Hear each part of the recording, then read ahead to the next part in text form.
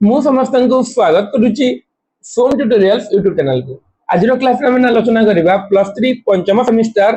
Core 11 रो unit 1 जोदे रही कृष्णचंद्र पाणिग्राही आत्मजीवनी मो समय ओडिशा उपर एवं तार ऑलरेडी दीटा पार्ट आम आलोचना कर सारिचे एवं दीटा पार्ट रे आमे एया आत्मजीवनी रो प्रथम परिच्छेद जीवन प्रतिभा उपर आलोचना कर सारिचे। तो आज क्लास में आलोचना करबा परिच्छेद नंबर 2 अवांछित आत्मसम्मान उपरि।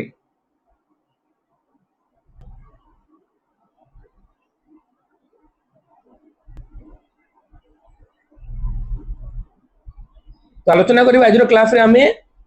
द्वितीय परिच्छेद एही आत्मजीवनी रो जोंदे रहिछि अवांछित आत्मसम्मान उपरि। अवांछित माने कोन पिला माने ना जे अवांछित जहार कि कोनोसी जगह आवश्यकता नाही किंबा जहा को आमे अयोग्य बोली कहबो से जगह आमे अवांछित टर्म रे से गुडा को यूज हुए एवं सेही जहार कोनोसी जगह रे किछि भी आवश्यकता न थाए सेही बडी व्यक्ति रो आत्मसम्मान ऊपर आमे आलोचना करिबा। एही भ्राम्यमान उदासीन धरणी रो 10टी वार्षिक गति मध्य रे चिंतित बंची रहबा देह मन रे जीवन युद्धर बहु दाग बहन करी जेतेबेले मु 11 वर्ष शेष रे बंची थिली सेतेबेले मोर बाल्य शिकार परिसमाप्ति घटला। से कहिसंती जे आमे जो प्रथम परिच्छेद आलोचना करथिला तांको जीवन प्रथम 10 वर्ष ऊपर आमे आलोचना करथिला जोटा कि प्रथम 3 वर्ष तांको जीवन मने पडुनी एवं तापरे प्रथम 3-4 वर्ष मने पडुनी तापर पंचम वर्ष और 10 वर्ष भितरे तांको जीवन रे जो घटना ओडियो घटितला सेगुडी को आमे आलोचना करथिला। तापरे द्वितीय परिच्छेद आरंभ रे से कहिसंती जे बाल्य शिक्षार परिसमाप्ति तांकर घटी जाइतिला सेतेबेले तांको 11 वर्ष रो शेष हे जाइतिला माने 11 वर्ष रो 11 वर्ष शेष रे पहुंचीतिली पाखापाखि 12 वर्ष आरंभ हेबार थिला। 5 वर्ष रो 11 वर्ष पर्यंत दीर्घ 6 वर्ष काल पाठशाला मानकर पढिथिले मध्य मु निम्न प्राइमरी पास करि पारि नथिली जे प्राय 6 वर्ष पढिथिले मध्य निम्न प्राइमरी मध्य के जे हम जहां ऊपर आलोचना करी लेखक कृष्णचंद्र पाणिग्राही पास करि पारि नथिले। एहार कारण एही जे पाठशाला गुडिक जेपरि अल्प क्षणस्थायी थिला मोर पाठपढ़ा मध्य से बढी थिला अल्प क्षणस्थायी माने कोन माने क्षणस्थायी माने किछि समय पर्यंत। तो पाठशाला गुडिक किछि माने क्षणस्थायी थिला तापर फिट उठी जाउतिला एवं पाठपढ़ा लेखक निजे मध्य किछि दिन पढी जाउतिले एवं किछि दिन से पढी मध्य जाउ नथिले एमिति किछि असुविधा पाई। आम गाँ रे आखपाख अंचल रे सेतेबेले निम्न प्राइमरी ठार अधिक पाठ पढिबार व्यक्ति बहुत कम विरल माने बहुत कम थिले से समय रे लेखकक गाँ रे जो माने कि प्राइमरी ठारू अधिक पाठ पढिथिले। मो समय आगरु ए अंचल रे पास करदिया व्यक्ति केही नथिले जे तांको आगरु सेही अंचल रो बा तांको गाँ रो केही पास कर नथिले एही निम्न प्राइमरी रो अधिक पाठ पढिकी पाठशाला मध्य नथिला। आम गाँ ठारू 2 माइल सत्रुली बोली गोटे ग्राम थिला सेठारे गोटे मात्र पाठशाला थिला एवं सेठारे उपकूल अंचल आसीथिबा सुख अवधान नामक जणे माटी वंश अवधान केतेक पिलांको अक्षर परिचय देवा सहित हरण गुणन फेडन मिश्रण माने जोग वियोग गुणन हरण ए सब शिखौतिले कि तांको गाँ रे नथिला कि तांको गाँ रो 2 माइल पाखापाखि 3 किलोमीटर दूर रे सत्रुली नामक गोटे जगह रे पाठशाला थिला एवं सुख अवधान नामक जणे व्यक्ति तांको प्रथमे से जगह रे पाठ शिखौतिले माटी वंश बा माटी रे हला विभिन्न जिनिस करिकी ए पिला मानक मध्य रे थिले आम गाँ रो भुया साई रो लंबोदर देहुरी तांको गाँ रो गोटे पिला माने सेही तांको पाखरे जे माने पढुतिले से मानक भितर तांको गाँ रो थिले जणे लंबोदर देहुरी बोली कि से ही थिले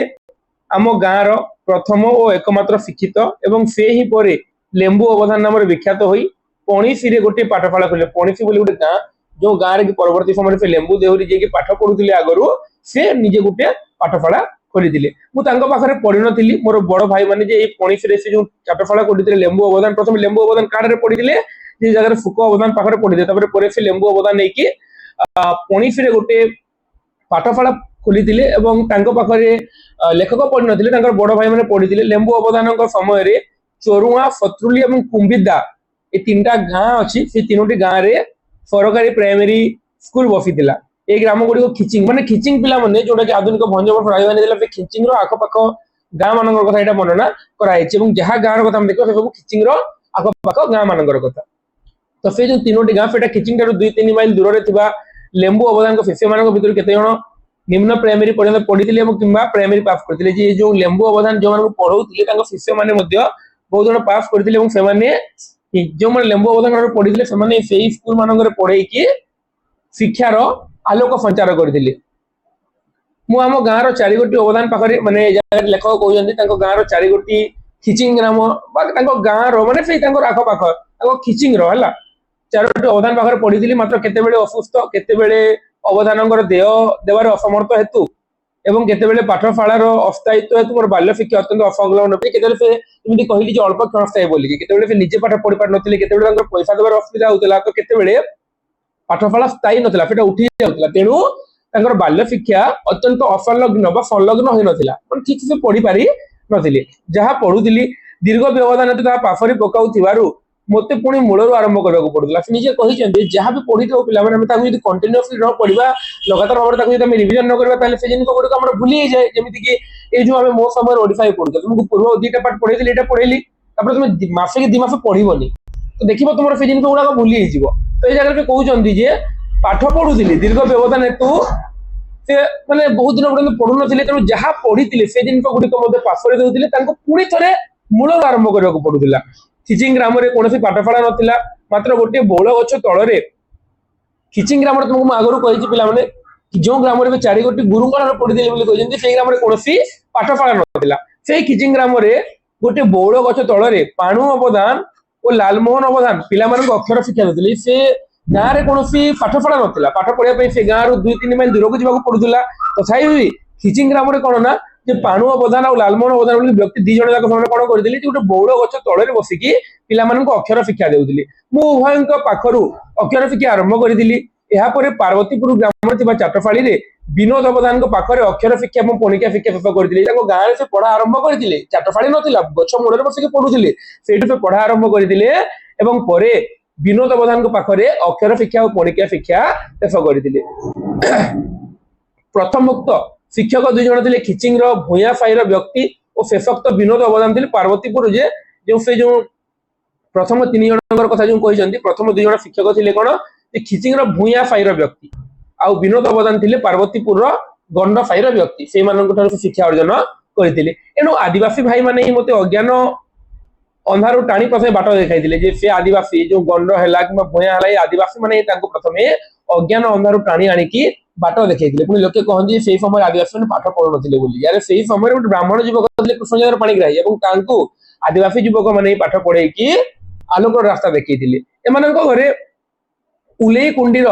ପୁରାଣ ସାହିର ପିତାମ୍ବର ଦେବ ନାମକ ଜଣେ ଅବଦାନ ପାଖରେ ପାର୍ବତୀପୁର ପାଠଶାଳାରେ ମଧୁସୂଦନ ରାଓଙ୍କ ବର୍ଣ୍ଣବୋଧ ଏବଂ ଶିଶୁବୋଧ ଶେଷ କରିଥିଲେ ତାପରେ ସେ କହିଛନ୍ତି ଯେ ପାର୍ବତୀପୁରର ପିତାମ୍ବର ଦେବ ବୋଲି ଯୋଉ ଜଣେ ଥିଲେ ତାଙ୍କଠାରେ ସେ ପାଠଶାଳାରେ ମାନେ ମଧୁସୂଦନ ରାଓଙ୍କର ବର୍ଣ୍ଣବୋଧ ପଢିଛନ୍ତି ସେ ଯୋଉ କହିଛନ୍ତି ପିଲାମାନେ ଏଇ ଜାଗାରେ 4 ଜଣଙ୍କ ପାଖରେ 4 ଜଣ ଅବଦାନଙ୍କ ପାଖରେ ସେ ଆମ ଗାଁର 4 ଜଣ ମାନେ ତାଙ୍କ ଗାଁର ଏବଂ ତାଙ୍କ ପାଖରେ ଯୋଉ 4 ଜଣ ଅବଦାନଙ୍କ ପାଖରେ ପଢିଥିଲେ ବୋଲିକି ସେଥିରେ ଆମେ ଦେଖିବା ଯେ ପ୍ରଥମେ ସେ 2 ଜଣଙ୍କ ପାଖରେ ପଢିଛନ୍ତି ପ୍ରଥମେ ସେ 2 ଜଣଙ୍କ ପାଖରେ ପଢିଛନ୍ତି ଦେଖନ୍ତୁ ପାଣୁ ଅବଦାନ ଲାଲମୋହନ ଅବଦାନ ହେଲା ତାପରେ ପାର୍ବତୀପୁରର ବିନୋଦ ଅବଦାନ 3 ଆଉ ଏ ଜାଗାରେ ପିତାମ୍ବର ଦେବ 4 ଜଣଙ୍କ ଠାରେ ସେ ପାଠ ପଢିଛନ୍ତି ପାର୍ବତୀପୁରର ପାଠଶାଳାଟିର ଅବସ୍ଥା ଅଧିକାଂଶ ସମୟରେ ଖରାପ ରହୁଥିଲା ସେ ସମୟରେ ଅବଦାନଙ୍କୁ ଏହାର ଅବସ୍ଥା ସମ୍ବନ୍ଧରେ ପଚାରିଥିଲେ ସେ ହୁଏତ ବୈଷ୍ଣବ ପାଣିଙ୍କ ଭାବରେ କହିଥାନ୍ତେ ଯେ ସେଇ ସମୟରେ ମାନେ ପାଠଶାଳାର ଅବସ୍ଥା ବହୁତ ଖରାପ ରହୁଥିଲା ଯଦି ତାଙ୍କୁ ପଚରା ଯାଇଥାନ୍ତା ସେଇ ସମୟରେ ତାହେଲେ ସେ କହିଥାନ୍ତେ ଅଛିଆ ପଡିଛି ଘର ବରଫାରେ ହରବର ବହି ବୋଲେ ପଡେ ଚନ୍ଦ୍ର ସୂର୍ଯ୍ୟ ତେର ଆଉ ତାଙ୍କ ଆର୍ଥିକ ଅବସ୍ଥା ସମ୍ପର୍କରେ ପଚାରିଥିଲେ ସେ କହିଥାନ୍ତେ ଦରମା ପଡିଛି ବାକି ମାଗି ମାଲିକି ଗଲି ଥକି ମିଛ କହୁ ନାହିଁ ଛାମୁ ଖାତା ବୁଝ ଯେ ସେଇ ସମୟର ଅବସ୍ଥା ସେମିତି ଥିଲା ଯେ ଚାଟଖଣ୍ଡର ଅବସ୍ଥା ଖରାପ ଥିଲା ପିଲାମାନେ ପଇସା ମଧ୍ୟ ଦଉନଥିଲେ ଚାଟଖାଣି ଗୃହର ତଥା ଅବଦାନଙ୍କର ଏହି ଦୟନୀୟ ଅବସ୍ଥା ସତ୍ତ୍ୱେ ଏଠାରେ ପ୍ରତିଦିନ କେତେ ଗୁଡିଏ ବାଳକଙ୍କର କଳରୋଳ ଶୁଣା ଯାଉଥିଲା ଗୃହର ଚଟାଣଟି ଚାଟ ମାନଙ୍କ ମଧ୍ୟରେ ଯେ ଗୃହର ଯୋଉ ଚଟାଣ ମାନେ ଯେତିକି ଅଞ୍ଚଳରେ ସେମାନେ ବସିବେ ଗଛ ମୂଳରେ ସେ ଜିନିଷ କଣ କରାଯାଉଥିଲା ଯେ ସେଇ ଚଟାଣଟି ଚାଟ ମାନଙ୍କ ଦ୍ୱାରା ଯୋଉମାନେ ପଢିବାକୁ ଆସୁଥିଲେ ତାଙ୍କ ଦ୍ୱାରା ଭାଗ କରାଯାଉଥିଲା ସେମାନେ ସ୍ୱ ଭାଗକୁ ଲିପି ଘଷିକି ଭଲ ରଖୁଥିଲେ ମାନେ ନିଜ ନିଜର ଭାଗକୁ ଯେତିକି ଜାଗାରେ ସେମାନେ ବସିବେ ନା ସେତିକି ଜାଗାକୁ ଲିପା ପୋଛା ହଉଥିଲା ଯାହା ଭାଗକୁ ସେ ପାଲି କରାଯାଉଥିଲା ଯାହା ଭାଗକୁ ସେ ଘଷିକି ରଖୁଥିଲା ତାହାରି ଉପରେ ଇଟା ଗୁଣ୍ଡ ମଡାଇ ଖଡି ଦ୍ୱାରା ଫଲା ପଣିକିଆ ଲେଖୁଥିଲେ ଯେ ସେମାନେ କଣ କରୁଥିଲେ ପିଲାମାନେ ଯୋଉ ଜାଗାରେ ଯୋଉ ଚାଟଫାଳିରେ ଯେତିକି ଏରିଆ ଥିଲା ସେତିକି ଏରିଆରେ ସେମାନେ ତାକୁ ଘଷିକି ରଖୁଥିଲେ ଏମିତି ଏଇ ଜାଗାରେ ବସୁଥିଲେ ଏବଂ ସେ ଜାଗାରେ କଣ କରୁଥିଲେ ନା ଯେ ସେ ଜାଗାରେ ଇଟା ଗୁଣ୍ଡ ମଡେଇକି ଖଡି ଦ୍ୱାରା ସେମାନେ ପଣିକିଆ ଲେଖୁଥିଲେ ସେ ଜାଗାରେ ମାନେ ବର୍ତ୍ତମାନ ଯେମିତି ବ୍ଲାକ୍ ବୋର୍ଡ ଆମେ କହୁଛୁ ସେ ସମୟରେ ସେମିତି ସ୍ଲେଟ ବି ନଥିଲା ତଳେ ସେମାନେ ଲେଖୁଥିଲେ କ୍ରମଶଃ ସିଲେଟ ଆଉ ସିଲଟ ଖଡିର ପ୍ରଚଳନ ମଧ୍ୟ ଧୀରେ ଧୀରେ ଧୀରେ ଧୀରେ ସେଟା ସିଲେଟର ପ୍ରଚଳନ ମଧ୍ୟ ହେଇଯାଇଥିଲା। ଆଗରୁ ତଳେ ଲିପି ପୋଛିକି ତା ଉପରେ ଖଡିରେ ଲେଖୁଥିଲେ, କିନ୍ତୁ ତାପରେ ସିଲେଟର ମଧ୍ୟ ପ୍ରଚଳନ ହୋଇଯାଇଥିଲା। ଉଚ୍ଚ ଶ୍ରେଣୀର ଲୋକମାନେ ହାରିଡା କାଳି ବୋଲି ଗୋଟେ ଅଛି, ପିଲାମାନେ ପର କିମ୍ବା ଫର କଲମ ଦ୍ୱାରା କାଗଜରେ ହସ୍ତାକ୍ଷର ଦଉଥିଲେ। ଯେ ସେଇ ସମୟରେ ଆଗରୁ ଗୋଟେ ଯୋଉ ଆମେ କାଲି କାଲି ବୋଲିକି ସେ କାଲିରେ ପରକୁ ଓଲଟେଇକି ହେଲା, ଯେମିତି ଦେଖିବ ପରର ଓଲଟେଇକି କିମ୍ବା କଲମ ଦ୍ୱାରା କାଗଜ କ୍ଷେତ୍ରରେ ଧୀରେ ଧୀରେ ତାର ପ୍ରଚଳନ ମଧ୍ୟ ହେଇଯାଇଥିଲା। ସେମାନେ ଯେତେବେଳେ ଉଚ୍ଚ ଶ୍ରେଣୀର ଲୋକମାନେ ସେଗୁଡିକ ବ୍ୟବହାର କରିପାରୁଥିଲେ ବା ଇଫୋର୍ଟ କରିପାରୁଥିଲେ ସେ ଜିନିଷ ଗୁଡିକ, କାହିଁକି ନା ସମସ୍ତଙ୍କ ପକ୍ଷରେ ସେତିକି ପଇସା ଖର୍ଚ୍ଚ କରିକି ସେଗୁଡିକ କିଣିବା ସମ୍ଭବପର ନଥିଲା ଏବଂ ସେଇ ସମୟରେ ସେଟା କମ ମିଳୁଥିଲା, ତେଣୁ ତାର ମାନେ ଦରଦାମ ଅଧିକ ଥିଲା। ହରିଡା, ଆମେ ହରିଡା ବୋଲି ସମସ୍ତେ ଶୁଣିଥିବ ପିଲା, ହରିଡା ଫଳ ଯୋଉ ହରିଡାକୁ କିଛି ଦିନ ପାଣିରେ ପଚାଇ ତା ସହିତ ମିସିକଫ୍ ବୋଲି ଗୋଟେ ପଦାର୍ଥ ଅଛି, ତାକୁ ମିଶାଇ ଦେଲେ ସେଥିରେ ଯୋଉ ସୁନ୍ଦର କାଳି ମିଳୁଥିଲା ତାହା ବର୍ଷେ ପର୍ଯ୍ୟନ୍ତ ଲେଖା କାମରେ ଲାଗୁଥିଲା। ଏ ସମୟରେ ଚାଟଶାଳୀ ମାନଙ୍କରେ ବହୁଳ ବେତ୍ରାଘାତର ବ୍ୟବସ୍ଥା ଥିଲା। ମାତ୍ର ଆମ ଚାଟଶାଳୀରେ ଯେ ସେଇ ସମୟରେ ବେତ୍ରାଘାତ ବହୁତ ପିଟୁଥିଲେ ସେ ସମୟରେ ଅବଦାନ ମାନେ ପିଲାମାନଙ୍କୁ, କିନ୍ତୁ ସେ ମାନେ ଯାହାର ଲେଖକ କହିଛନ୍ତି ଯେ ସେ ଯୋଉ ଜାଗାରେ ପଢିଛନ୍ତି ନା ସେ ଜାଗାରେ ବେତ୍ରାଘାତର ମାତ୍ରା ଟିକେ କୋହଳ ଥିଲା। ଅବଧାନ ମାନେ ପାଖରେ ବେତବାଡି ବା ଛାଟ ରଖୁଥିଲେ ମଧ୍ୟ କୌଣସି ଛାତ୍ରକୁ ନିର୍ଦ୍ଦୟ ଭାବରେ ପ୍ରହାର କରିବା କଥା ମନେ ପଡୁନାହିଁ। ଯେ ସେ ରଖୁଥିଲେ ବାଡି, କିନ୍ତୁ କୌଣସି ଛାତ୍ରକୁ ସେମିତି ନିର୍ଦ୍ଦୟ ଭାବରେ ପିଟା ଯାଉନଥିଲା। ଅତ୍ୟନ୍ତ ଅସ୍ଥିର ମନା ଥିବାରୁ ଓ ଅନେକ ସମୟରେ 1 କିମ୍ବା 2 କରିବା ପାଇଁ ବାହାରକୁ ଯିବାରେ ଅବଧାନଙ୍କର ଅନୁମତି ଲୋଡୁଥିବାରୁ ମୁଁ ଥରେ ଦୁଇଥର ବେତ୍ରାଘାତ ପାଇଥିବା କଥା ଆଜି ମୋର ମନେ ପଡୁଛି। 1 ମାନେ 1, ବର୍ତ୍ତମାନ ଆମେ 1 କହିଥାଉ, 2 ମାନେ 2 ହେଲା, ବାଥରୁମ, 1 ମାନେ ଟଏଲେଟ। ତ ସେଇ ସମୟରେ ବି 1 2 ଚାଲିଥିଲା, ଯୋଉଟା କି ବର୍ତ୍ତମାନ ସମୟ ମଧ୍ୟ କିଛି ମାନେ ବର୍ତ୍ତମାନ ମଧ୍ୟ 1 2 ଆମର ଚାଲିଛି। ତ ସେ 1 2 କରିବା ପାଇଁ ବାରମ୍ବାର 1 2 କରିବାରୁ କିଛି ଦିନ ଲେଖକ ପାଇଛନ୍ତି ଅବଦାନଙ୍କ ଠାରୁ ବେତ୍ରାଘାତ, କିନ୍ତୁ ସେ ନିର୍ଦ୍ଦୟ ଭାବରେ ସେଇ ସମୟରେ ମଧ୍ୟ ପ୍ରହାର କରାଯାଉନଥିଲା ବୋଲିକି ସେ କହିଛନ୍ତି। ଆମ ପାଠଶାଳାକୁ ବାହାରର ଲୋକ ଖୁବ କମ ଆସୁଥିଲେ। ଯେଉଁମାନେ ଆସୁଥିଲେ ସେମାନଙ୍କ ମଧ୍ୟରେ ଥିଲେ ଜଣେ ଇନିସ୍ପେକ୍ଟିଂ ପଣ୍ଡିତ। ଯେ ବାହାରର ଯୋଉ ଲୋକମାନେ ଆସୁଥିଲେ ହେଲା, ବାହାର ମାନେ କଣ, ଆଗରୁ ଯୋଉ ଜାଗାରେ ପଢା ହଉଥିଲା ସେ ଜାଗାକୁ ବାହାର ଲୋକମାନେ ପରିଦର୍ଶନ ପାଇଁ ମଧ୍ୟ ଆସୁଥିଲେ। ତ ଯେଉଁମାନେ ଆସୁଥିଲେ ସେମାନଙ୍କ ଭିତରେ ଥିଲେ ଜଣେ ଇନିସ୍ପେକ୍ଟିଂ ପଣ୍ଡିତ। ସେ ସମଗ୍ର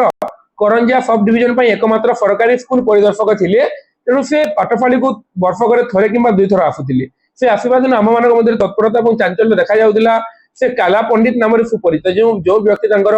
ଚାଟଶାଳୀକୁ ପରିଦର୍ଶନ କରିବା ପାଇଁ ଆସୁଥିଲେ, କରଞ୍ଜିଆ ସବ୍ ଡିଭିଜନ ଜଣେ ମାତ୍ର ଥିଲେ, ସେ କାଲା ପଣ୍ଡିତ ନାମରେ ପରିଚିତ।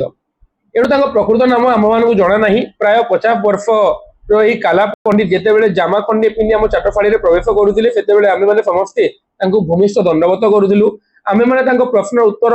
ଦେଉଥିଲୁ, ତାହା ତାଙ୍କ କର୍ଣ୍ଣ କୁହରରେ ପ୍ରବେଶ କରୁଥିଲା କି ନା ତାହା ସନ୍ଦେହ ରହୁଥିଲା। ଯାହା ବି ସେ ପଚାରୁଥିଲେ, ପରିଦର୍ଶନ ଆସୁଥିଲେ କେମିତି କଣ ଚାଲିଛି ବୋଲିକି, ସେତିକି ବେଳେ ପିଲାମାନେ ଯାହା କହୁଥିଲେ ସେଟା ତାଙ୍କ କାନକୁ ପଶୁଥିଲା କି ନାହିଁ କେଜାଣି, କିନ୍ତୁ ଅବଧାନ ଛାତ୍ରମାନଙ୍କର ବିପୁଳ ଅଭ୍ୟର୍ଥନାରେ ସନ୍ତୁଷ୍ଟ ହୋଇ ସେ ପରିଦର୍ଶନ ପୁସ୍ତକରେ ପାଠଶାଳାର ଭୂୟସୀ ପ୍ରଶଂସା ଲେଖି ଯାଉଥିଲେ ଯେ ଯେଉଁଭଳି ଭାବରେ ତାଙ୍କର ଅଭ୍ୟର୍ଥନା କରାଯାଉଥିଲା, ଯେଉଁଭଳି ଭାବରେ ତାଙ୍କର ସେବା କରାଯାଉଥିଲା, ସେଥିରେ ସନ୍ତୁଷ୍ଟ ହେଇ କଣ କରୁଥିଲେ, ସେ ଯୋଉ ପରିଦର୍ଶନ କରିବାକୁ ଆସିଥିଲେ ସେ ପରିଦର୍ଶନ ପୁସ୍ତକରେ ପାଠଶାଳୀର ଭୂୟସୀ ପ୍ରଶଂସା ଲେଖି ଯାଉଥିଲେ। ସେ ଗସ୍ତରେ ଆସିଲା ବେଳେ ସବୁ ସମୟରେ ଗୋଟେ ଗୋଟେ ଜାଲ, ମାଛ ଜାଳ ଘେନିକି ଆସୁଥିଲେ। ସେଇ ଜାଳ ସାହାଯ୍ୟରେ ଆମେମାନେ ଅଳ୍ପ ସମୟ ମଧ୍ୟରେ ତାଙ୍କ ପାଇଁ ପ୍ରଚୁର ମାଛ, ସେ ଜାଳ ଆଣିକି ଆସୁଥିଲେ, ତାଙ୍କ ପାଇଁ ପ୍ରଚୁର ମାଛ ଏମାନେ ସବୁ ଛାତ୍ରମାନେ ତାଙ୍କ ପାଇଁ କଲେକ୍ଟ କରୁଥିଲେ। ଆମର ସେବାର ଅକାର୍ପଣ୍ୟ ଓ ବାହୁବଳରେ ସନ୍ତୁଷ୍ଟ ହୋଇ ସେ ସବୁଥର ଶିକ୍ଷକଙ୍କ ପାଇଁ ମାସିକ 1.5 ଟଙ୍କା ବା 2 ଟଙ୍କା ସରକାରୀ ରିୱାର୍ଡ, ଯେ ଛାତ୍ରମାନେ ଯୋଉ ତାଙ୍କର ଯୋଉ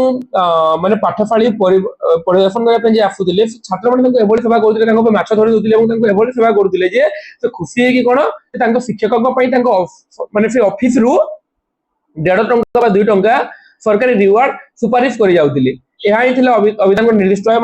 ମାନେ ତାଙ୍କର ଯୋଉ ଅବଦାନ, ସେତିକି ପଇସା ସେ ପାଉଥିଲେ ସରକାରୀ ଥ୍ରୋରୁ। ପିଲାମାନଙ୍କ ପାଖରୁ ମାସିକ 1 ଅଣା ବା 2 ଅଣା ଯାହା ପାଇବାର କଥା, ସେଥିରେ ମଧ୍ୟ ଅନିୟମିତ, କାହିଁକିନା ସମସ୍ତେ ପଇସା ଦେଇପାରିବେନି, ଅନିଶ୍ଚିତ ଥିଲା। ଅବଦାନଙ୍କର ଘର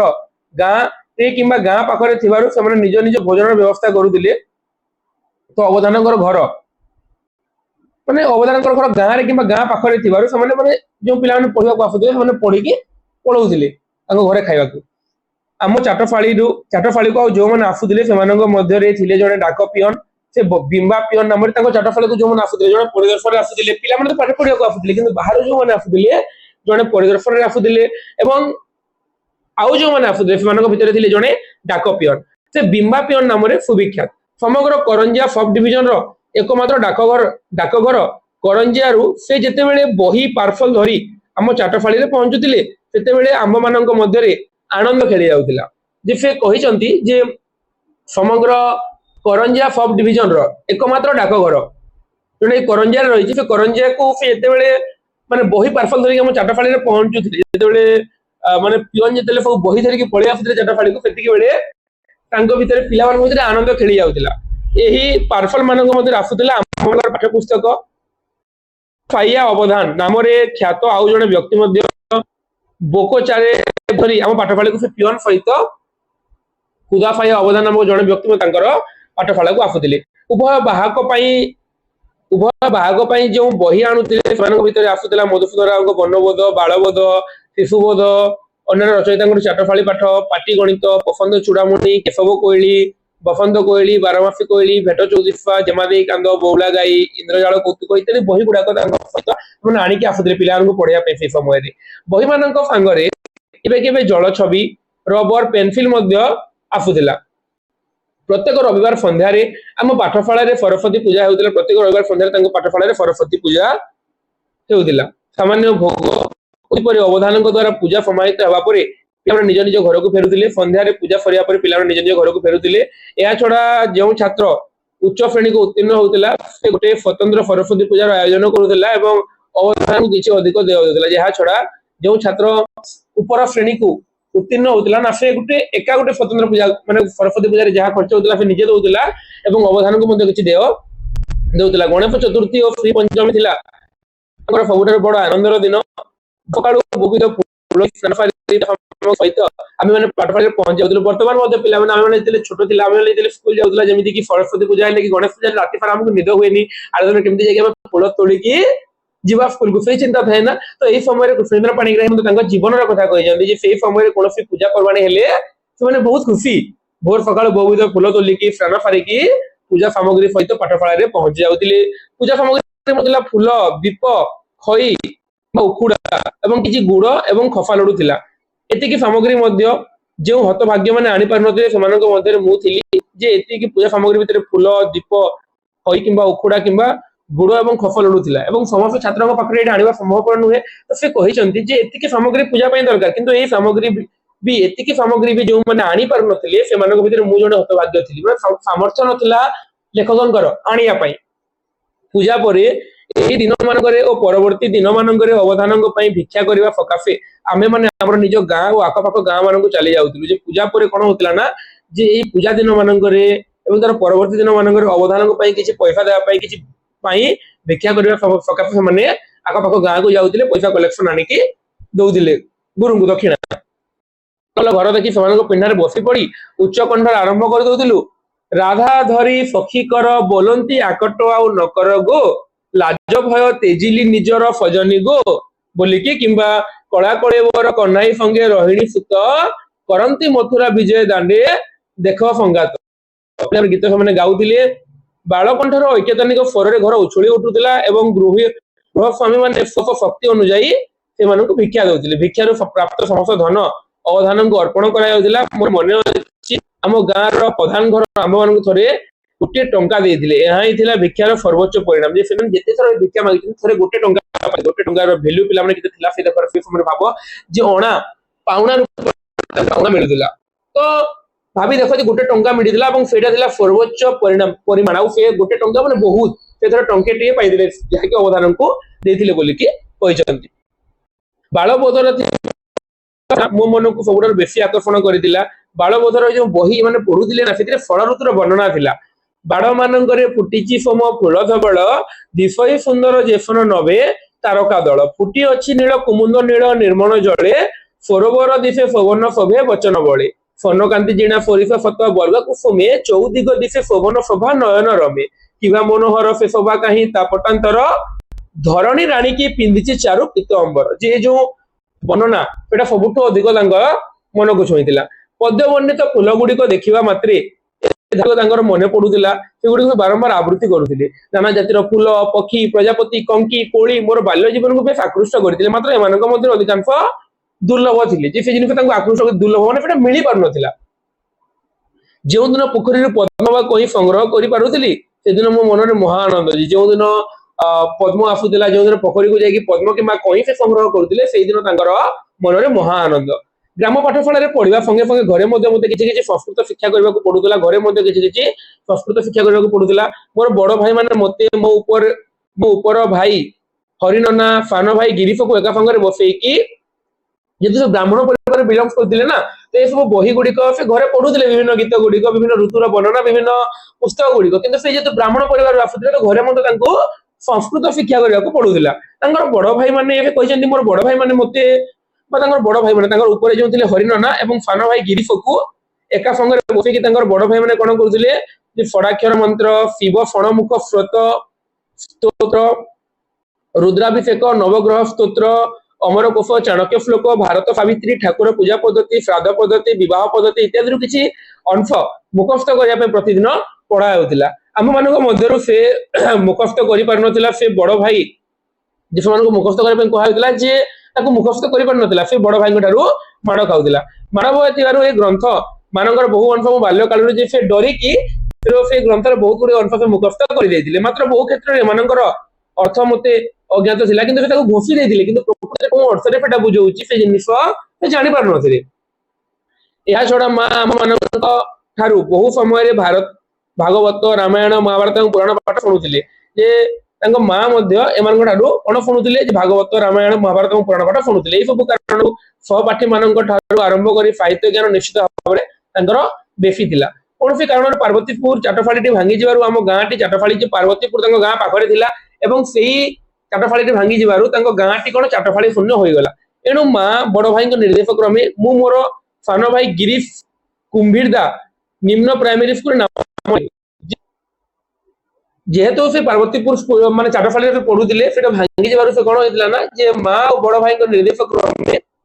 କୃଷ୍ଣଚନ୍ଦ୍ର ପାଣିଗ୍ରାହୀ ଏବଂ ତାଙ୍କର ସାନ ଭାଇ ଗିରିଶ ଯେ ଥିଲେ, ସେମାନେ କଣ ନିମ୍ନ ପ୍ରାଇମେରୀ ସ୍କୁଲରେ ନାମ ଲେଖାଇଲେ। କୁମ୍ଭୀରଦା ଆମ ଗ୍ରାମଠାରୁ ପ୍ରାୟ 2 ମାଇଲ,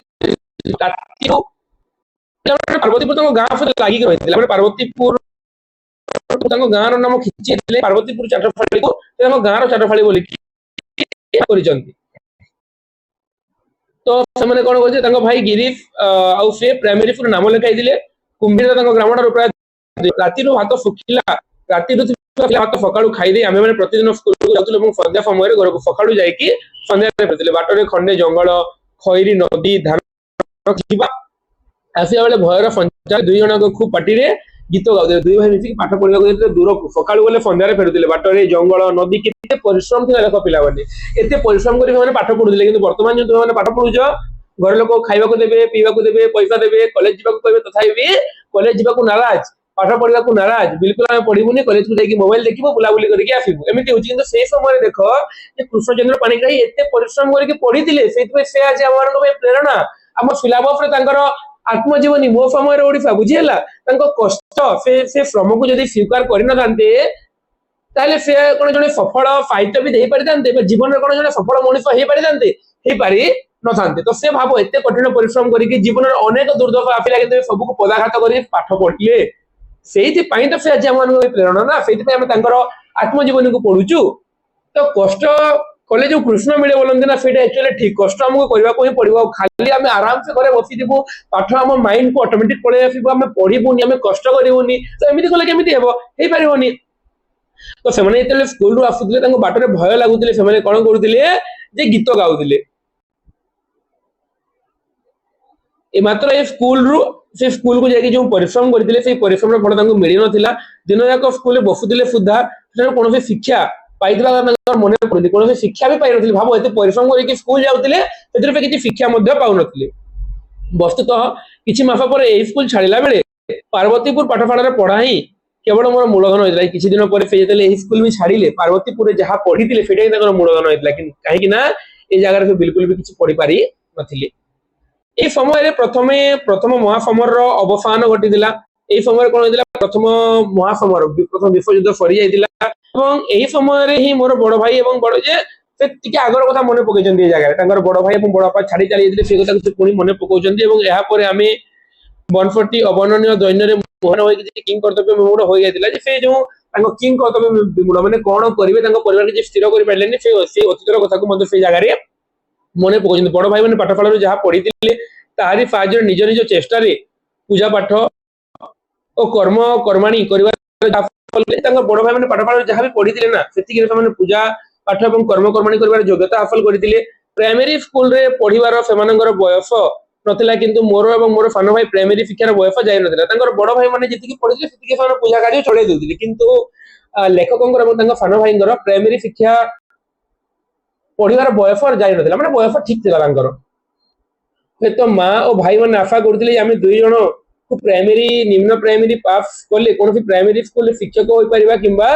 कौन पाठशाला शिक्षक हो पारिबा जे से माँ और भाई मैंने आशा करते कि निम्न प्राइमरी जब पास कर दियंते ताले से कौन जगह गोटे शिक्षक हो पारे तेणु आम दुई जन को पुणी थे स्कूल पढ़ार सुजोग मिला आम मैंने सुक्रुड़ी निम्न प्राइमरी स्कूल से सुक्रुड़ी निम्न प्राइमरी स्कूल भर्ती हेले सी सान भाई सुक्रुड़ी आम गाँ ठार 2 माइल दूर 2 माइल 3 किलोमीटर पिलाने जीवा आसवा कर पढ़िले पढ़ार उन्नति घटब ना बोली भावी मैंने 3 किलोमीटर जीवा आसबार समय पड़ोला चली जाऊे ना से समय बर्तमान बेले तुम पाखे साइकिल बैक ना ना तो जीवा आसवा कर पढ़िले पढ़ार उन्नति घटब ना बोली कि भावी बड़ भाई मैंने स्कूल आम मान रही स्कूल रही व्यवस्था कर कथबार्ता व्यवस्थार गोटे शर्त थिला जे आमे माने मास्टर रोषे करूँ से आम मान खाद्यपेयर भार देवे जे गोटे शर्त थिला जे सेटा रही पढ़े माने पाठ पढ़िबे एवं से माने जगह मास्टर मान रोषे करेंगे एवं एमाने जो माने खाइबे तार भार मास्टर माने देवे मात्र व्यवस्था स्थायी हो नथिला मु थिली नितांत अन्यमनस्क बालक और गिरीश थिला नितांत भयातुर कांदुरा एणु आमे शिक्षक रंधाबढ़ा कार्य करि पारिले नाही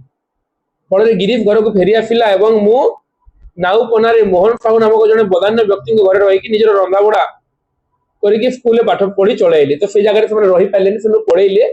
सान भाई घर को पढ़ेला से कौन कले ना जे कृष्णचंद्र पाणिग्राही नाउपणारे मोहन साहू नामक जने बदान्य व्यक्ति घर रही निजर रंधाबढ़ा करके स्कूल पाठ चलैली मोहन साहू परिवार वर्ग मत जो साहाय्य स्नेह सहानुभूति देते से भूली पारे सुक्रुली स्कूल प्राय 1 वर्ष पढ़ा पर निम्न प्राइमरी समस्त पाठ पुस्तक शेष करदेली सुक्रुली स्कूल पढ़ुले स्कूल न रही हस्टेल बाहर को पढ़ी आसे बाहर रही स्कूल पढ़ा जाते कहीं से जगह से शिक्षक मान रंधाबढ़ा कर पारे तो सुक्रुली स्कूल प्राय 1 वर्ष पढ़ा पर निम्न प्राइमरी समस्त पाठ पुस्तक शेष करदे एणु निम्न प्राथमिक सर्टिफिकेट परीक्षा देवाई योग्य विवेचित है तेणु निम्न प्राथमिक गोटे सर्टिफिकेट मिले पिला मैंने उत्तीर्ण होगापी तो से सर्टिफिकेट परीक्षा देवाई योग्य विवेचित है तदनुसार शिक्षक मोर स्टेटमेंट पठेले मात्र तत्कालीन स्कूल सब इन्स्पेक्टर ग्रहण कले ना से अनुसार शिक्षक स्टेटमेंट पठेले परीक्षा देवा योग्य बोली कि सब इन्स्पेक्टर ग्रहण कले ना नियमानुसार कौन छात्र कौन स्कूल अंततः 1 वर्ष न पढ़िले परीक्षा दे पारिबनी मोर सुक्रुली स्कूल पढ़िबार पूर्ण 1 वर्ष होई नथिला एणु परीक्षा देवा अनुमति मिलानी स्कूल पढ़ी गोटे वर्ष किंतु संपूर्ण गोटे वर्ष होई नथिला तेणु से गोटे वर्ष पढ़ी नथिबारु परीक्षा देवा अनुमति मिलला नहीं मोर पास करिवार सुंदर स्वप्न से जो पास करिवे भाबुथिले सब बही को पढ़ी देथिले ताकर स्वप्न भांगी गला एणु समाज पाई मु क्रंदनरत होई पड़िली घरु आसिला बेले ठाकुराणी ठारे मानसिक करी जणाइली जे निम्न प्राइमरी पास हेले मु तांको भाग देबी किंतु ठाकुराणी मते सहाय्य कले नै ठाकुराणी को से कहि के आसीतिले मु पास रे भाग देबी किंतु ठाकुराणी तांको सहाय्य कले नाही मोर पास करिवार आशा सबुदिन पई तांकर सबुदिन पई चली गला पास करिवार आशा मोर ए अवस्था देखि मोर शिक्षक श्री विश्वनाथ नायकंक मनरे दयार संचार से कहिले जे करंजिया मध्य इंग्राजी स्कूल 5म श्रेणी रे मोर नाम लेखाई देबे और मु सेटारे न पढ़िले सुद्धा मोर शिक्षा योग्यता निम्न प्राइमरी पास संगे समान हो तो तांकर से अवस्था देखि कि विश्वनाथ नायकंक मनरे दयार संचार लागु से कहिले जे करंजिया मध्य इंग्राजी स्कूल तार ना लिखे देबे एवं सेठारे से न पढ़िले सुद्धा शिक्षा योग्यता निम्न प्राइमरी पास संगे समान हो किचिंग ठारू करंजिया हेउची 17 माइल बापरे 17 माइल दूर पादरे चली जीवा छड़ा अन्य कोन उपाय नथिला तबे गोटे निर्दिष्ट दिन रे शिक्षक मु करंजिया अभिमुख रे यात्रा गलु सुक्रुली ठारू प्राय 1 माइल जीवा पर शिक्षक हठात फेरी पड़ी कहले ना आ जीवा नाही तो कारण पचारिबार साफ न करी केवल अनुगमन कली एवं पुनी सुक्रुली स्कूल पहुंचलो तो से जीवा को चेष्टा कले पुनी आ न जाय कि पुनी फेरी आसले कारण 17 माइल दूर थिला 1920 मसीहा शेष बेले को मोर यही भाग्य विपर्य घटवा पर मु स्कूल पढ़िबार आशा और पाठ साहाय्य चाकरी करिवार आशा को संपूर्ण रूप से त्याग करदेली तो 1920 मसीहा पर एमती विभिन्न जगह पढ़ुंट को जगह परीक्षा दे पार कोई जगह जीवे कहते अधाबाट रही जाती तो एमती असुविधा देखा देवा कौन ना जे माने पाठ पढ़िबार आशा और चाकरी करिवार आशा को त्याग कर देथिले स्कूल कॉलेज रे केवल धनवान माने पढ़ंती मो परि दरिद्र बालक पक्षे उच्च शिक्षा थिला आकाश कुसुम पर आकाश कुसुम माने स्वप्न परि हला तो से भावी नहीं से समय जे स्कूल कॉलेज रे केवल धनवान माने पढ़ंती बोली कि समय बेलू हम परिवार अत्यंत दारिद्र्य तलक खसी पड़ी जीवित भाई मान मध्य सभा बड़ भाई गोपीनाथ नना ठाकुराणी मंदिर पूजा करी पदर नियुक्त भाई ठाकुराणी मंदिर आय सहित पांच मान जायगिरी जमी को पृथाकर्णवर्ती होई भोग कले आम मान खाली केतेक घर यजमान प्राय बड़ भाई निजे निजे रास्ता चलैले माने बड़ भाई तो मृत्यु होता बड़ भाई पर पिठी नथिले माने वर्तमान वंचित भाई मान बड़ भाई जो सी भी एका एका रहिले दुखिनी माता माँ आम मान पाखे रहिले ओ अगाध परिश्रम कर आम मान बचाइले माता पाखे रहिले बहुत परिश्रम करके बचाइले बोली खाइबा से समय संघर्ष चली भावी देख से भाया गोटे पिला बड़ होगी जड़े सफल प्रत्नतत्व भी दे पारी से आत्मजीवनी लेखिकी जाइए आम मान संजारे संजाल गोटे अंचल पिला दुई चार माण जमी धरी और सहित आम निज जमी को मिसाई से हले बलदर चाष काम आरंभ कर मोर मन पड़ू से मोर माँ सका उठी मूलिया सांगे बिल को जाते द्विपहर बेल को फिर दांत घसुले जे सी चाष करने मूलिया सांगे निजे जाते माँ मोर माता थिले दधी बामन नंद कन्या सौम्या गौरदेहा एवं मूर्तिमती तितिक्षा अकथनीय दैन्य संतान मान अमानुषिक परिश्रम अनाहार और विविध असाव्रत मध्य निज जीवन दीप को तीरे तीरे जाली दे बापा मृत्यु प्राय 2 वर्ष पर यह जगत त्याग कले जे दैन्य संतान मान बहुत परिश्रम करते अनाहार रही विभिन्न असाव्रत मध्यम निज जीवन को तिल तिल कर जाली देकी बापा मृत्यु 2 वर्ष पर माँ मृत्युवरण करती आज कथा मोर बेसी मन पड़ूना किंतु मंगलमय मूर्ति आज सुधा तारापरी जो मूर्ति आज जीवन आकाश में अरुंधति तारापरी क्षण दृश्य और क्षण लुप्त हो संपूर्ण भाव में अदृश्य होनी कि संपूर्ण भाव में लुप्त होनी क्षण दृश्य और क्षण लुप्त हो आखि सामने आज माँ जो सेवा करते जो कष्ट निज जीवन को जाली रक्षा करते से दृश्य आज मन पड़ुची बोलिकी से कहते द्वितीय परिचय देखा टे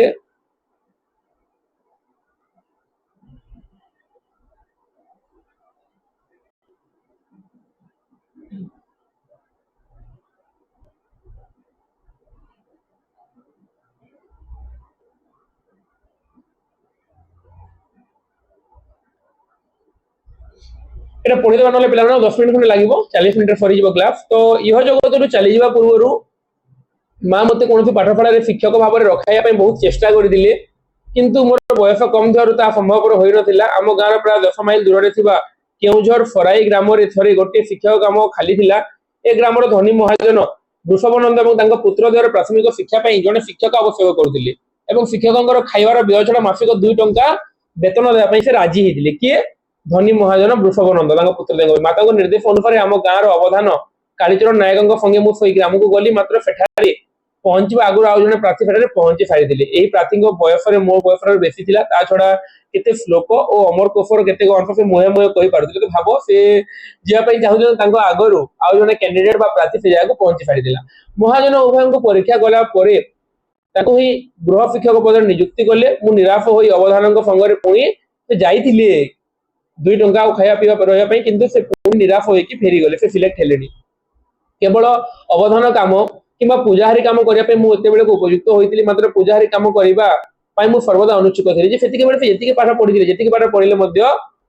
अवधान काम और पूजारी काम करने से उपयुक्त थे किंतु से पूजारी काम करने को बिल्कुल भी इच्छुक नथिले से अवधान से पाठ पढ़ाई चाहूली मु अत्यंत अभिमानी थी मोर आत्ममर्यादा क्षुण्ण करी केही किछि कहिले मु अत्यंत उत्तप्त होई पडुदिली हम परिवार गोटे परंपरा थिला जे जेहेतु आमे खिचिंग ठाकुराणींकर पूजाहारी जेहेतु आमे अन्य कहारी पूजाहारी काम करिवा नाही तांकर परंपरा थिला सबने जेतु खिचिंग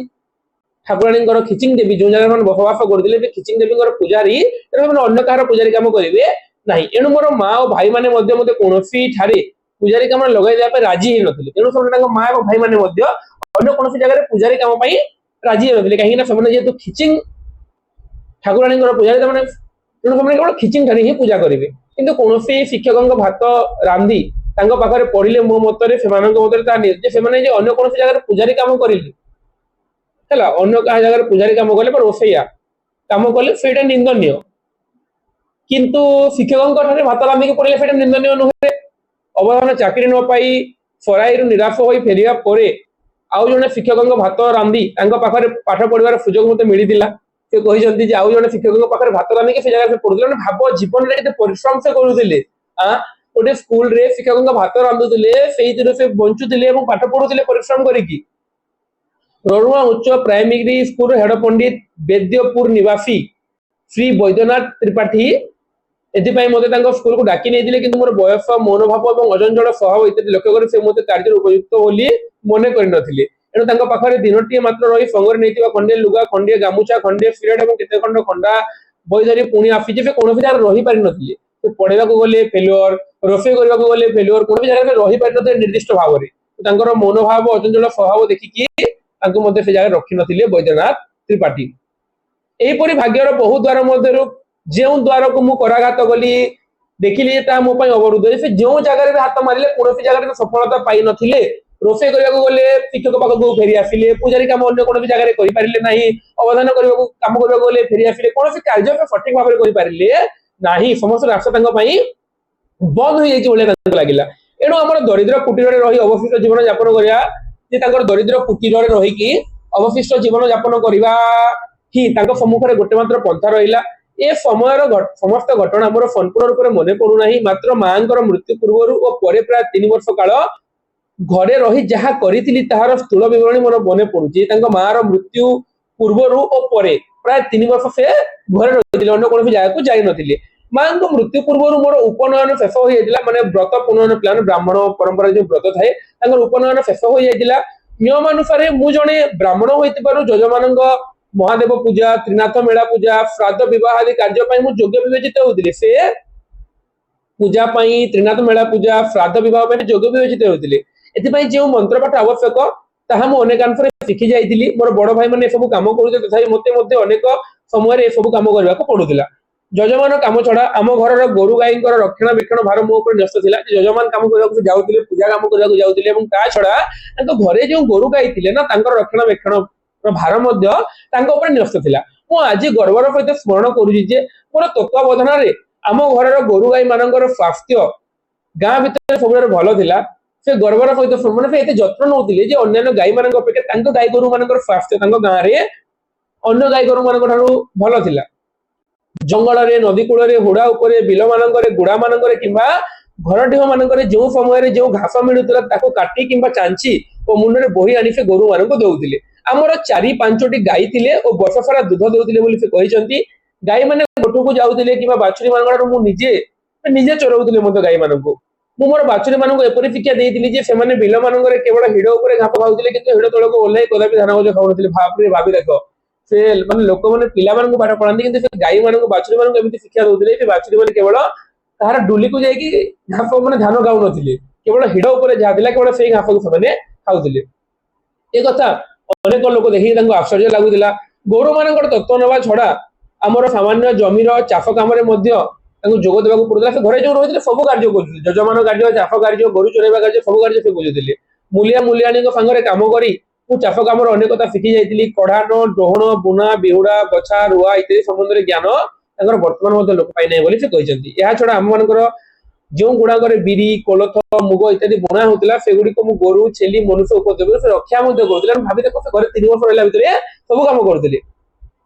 मु शांत अत्यंत अल्प भाषी बहुत कम कहती मने जोगी बालक थी मु कहारी संगे मिशु नी माँ मरीजा पर नैराश्य ए प्रकार निसंग जीवन यापन से करुले ग्राम मोर समवयसी बहु बालक थे मात्र कहारी संगे घनिष्ठता नाला मु मोर आत्ममर्यादा प्रति एते सचेतन थिली जे जदि कहीं मोर आत्ममर्यादा प्रति क्षुण्ण करबा भली कोनोसी कथा कहउतला मु संगे संगे ता सहित बाग युद्ध और मुष्ट युद्ध रे कहउतबे ता सहित कथा युद्ध रे एवं लड़ाई मध्य करथले जे तांकर आत्ममर्यादा जेमिति कहिसंति नै जगह रे जो परिच्छेद प्रथम रे देइछि जो अवांछितर आत्मसम्मान बोली कि आत्ममर्यादा कथा हम जो देखिबा तो से तांको आत्ममर्यादा को बहुत जगी के जडुतले के किछि कहिदले जे सही पार नथिले ता सहित कथा कथा रे हो कि लड़ाई मध्य करबा से भिड़ी पडुतले एही हेतु समवयसी पिला माने मो पाखो के आसु नथिले चाष काम कला बेले गोरु जगिला बेले किबा घास काटिबा को गला बेले सब समय मो सांगरे बही खंडे नेउतिली बसंत कोइली केश कोइली भेट ज्योतिषा मथुरा मंगल 32 सुख विलास शिशुबोध कथावली कृष्ण पाणीकर नवागत रंग सभा ध्रुव चरित इत्यादि कौन ना कौन खंडी महिला छिन्ना बही हाथ में रोला कम करी विरक्त लगे खूब बड़ पार्टी गाई उठुते लड़ाई मानसरे मूढ़ कंफराट दुर्ध पाट बुढ़ा नंद मंदिर बड़ुची हड़ा रखा अणाई आणे मंत्री छड़ाई भी पखा भेड़ा बुलाई देवी मुंड चूड़ा मंथा परी मंत्री देवी तार पिंड बुढ़ी मोड़ी कान गाड़े पकाई मारिबी छाड़िब जीवन किंबा कृष्ण आज्ञा रे रथ चलाए वीर गोपी डाकंती पछे रहु ओ क्रूर ननिय हरि अंधारी एही गोप नगरी से एमती गाई पड़ुले मो पिला काल रे पार्टी लागुला वर्तमान मते लागुची मोर गीत शुणिले अनेक हसुतिले किंतु स्वीकार करुतिले जे एथिरे मधुरता अछि बोली कि 15 वर्ष बयस पर्यंत मु केवल निजर कर्म माने 15 वर्ष पर्यंत से केवल तांगर कर्मरत रहउतिले काहे संगे प्राय मिसु नथिले किंबा खेडु नथिले पर जीवन जमुना रे पुलित शून्य थिला एवं अनागत भविष्यतर दूरवर्ती सन मध्ये से शुणी नथिले बोली कहिसंती एपरि भाबरे जीवन यापन करुतला बेले दिने एक प्रकार मुग गुड़ारे गाई मानक पे घास काटुतला बेले ररुआ उच्च प्राथमिक स्कूल रो कैबल्य चरण बेहेरा और निफाकर गिरी नामक दुई जन छात्र मो पाखरे पहुंचिले तो पचारिले से चाफ काम करले पहुंचिले पचारिले तुम नाम कृष्ण पाणिग्राही मु कहली हां तबे से प्रश्न कले तुमे आम हेड पंडितंग पूजाहारी काम करिवो मु कहली ना या पर से मते बुझाइले जे हेड पंडित माने खिया पिया बाक माफिक 2 टंका देबे एनु मोर अमंग हबार जे माने कहले जे हेड पंडित काम करिवो तो अमंग नंबर कोनो भी कारण नथिला मोर निष्पत्ति दृढ़ रही कहली जे आम ठाकुराणी पूजारी होइतोर काहारी घरे पूजारी काम करू आ गोटे मना करा हेतिला ना जे खिचिंग ठाकुराणी पूजारी तेणु से कहले जे काहारी आमे ठाकुराणी पूजारी होइतोर काहारी घरे पूजारी काम करू ना किंतु हेड पंडित जदि मते पढ़ाइबे तेबे बिना वेतन रे मु तांकर पूजारी काम करिवि कहिजंती जे मु बिना वेतन रे पूजारी काम करिवि किंतु वेतन नै कि पूजारी काम करिवि नाही या पर फेमने हम घर को जाई 51 वर्ती होई मो ऊपर दुई भाई नारायण नना एवं हरिनारायण मध्य ठीक एही निष्पत्ति सुनिथिले जे से माने जेतु खिचिंग राजवन पर पूजारी तेणु से अन्य कोन जगह पूजारी काम करिवे नाही एनु हेड पंडित श्री श्याम सुंदर दास स्थिर कले जे मु तांको स्कूल रे पढिबी एनु श्याम सुंदर दास स्थिर कले कोन तांको स्कूल रे पढिबे एवं से मोर खिया पियार भार देबे तो बिना वेतन रे मु तांकर भात रांधेबी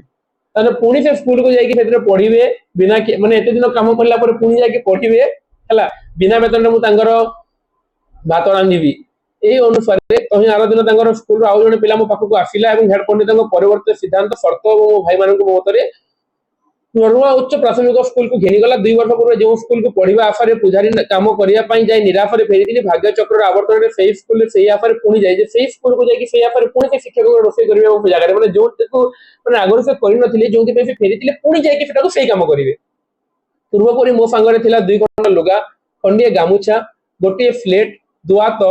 कलम आ केते खंडा छिंदा महिला बही सब नहीं से जाइछंती तो या सहित हमर सरुचि द्वितीय परिच्छेद नेक्स्ट क्लास में आलोचना करबा तृतीय परिच्छेद ऊपर एवं आमे देखिले प्रथम परिच्छेद तांको 10 वर्ष तांकर जीवन रे समस्या देखा दिला एवं द्वितीय आमे देखिला जे अवांछित आत्मसम्मान से आत्मसम्मान केमि जगी के चलु दिले कोन जगह रही पार नथिले पळे आसुतिले देखते तांको 15 वर्ष हे जाइतिला द्वितीय परिच्छेद सरिला बेडू तापर हम नेक्स्ट क्लास रे तृतीय परिच्छेद ऊपर आलोचना करबा वीडियोटी को शेष पर्यंत देखि देबार समस्त को हृदय धन्यवाद जय जगन्नाथ जय मां फैमिली पुणी देखाबा हमें आगामी वीडियो रे।